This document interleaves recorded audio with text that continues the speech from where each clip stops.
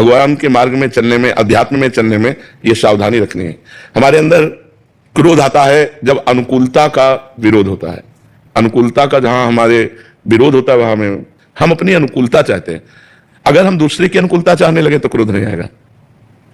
अपनी अनुकूलता चाहने पे क्रोध आता है जब अपनी कामना में कामा संजायते क्रोधा, जब हमारी कामना में बाधा पड़ती है तो हम कामना करें ही नहीं।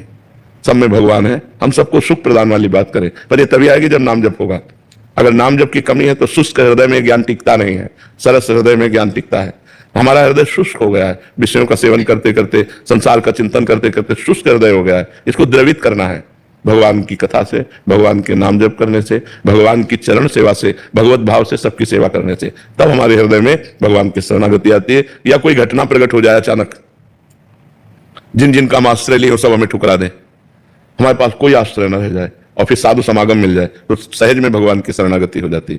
दो प्रकार से, एक विवेक के द्वारा संसार के राग का त्याग करते हुए, नवधा भक्ति का अनुष्ठान करते हुए भगवान की शरणागति, और एक भगवान की कृपा से ऐसी प्रतिकूलता प्राप्त हो गई, कोई अपना नहीं, जिधर देखो उधर ठोकर तिरस्कार, कोई हमारा साथ नहीं दे रहा, फिर संत संग मिल जाए तो रास्ता भगवान का खुल गया, तो हृदय से भगवान की शरण में हो जाता है और फिर उसके अंदर भक्ति का प्रादुर्भाव हो जाता है। तो भगवान कृपा करें, या तो विवेक के द्वारा शरणागति दे और या फिर कोई घटना प्रकट करें।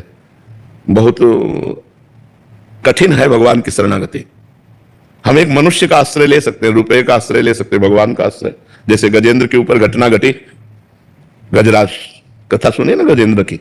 गजेंद्र, उसके परिवार ने साथ दिया, उसको घसीटने की कोशिश की, लेकिन ग्राह इतना बलवान कि 1000 वर्ष तक युद्ध होता रहा। परिवार के लोग सब छोड़ के चले गए, अब अकेला गजराज। अब वो जलचर जीव, अब वो थलचर जीव। वो बार बार जल में घसीटने से उसकी शक्ति क्षीण हो गई। अब उसको कोई जब सहारा नहीं तो उसने भगवान की याद की, हरि। बस उसी समय भगवान आ गए। शुद्ध शरणागति होते ही भगवत साक्षात्कार हो जाता है।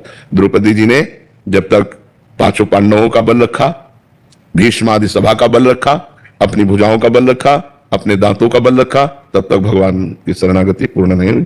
और ये ही देखा कि अब दांत से साड़ी चली जाएगी, हे गोविंद, जहां शरणागति हुई भगवान का उसी समय वस्त्रावतार हो गया, भगवान वस्त्र के रूप में आ गए।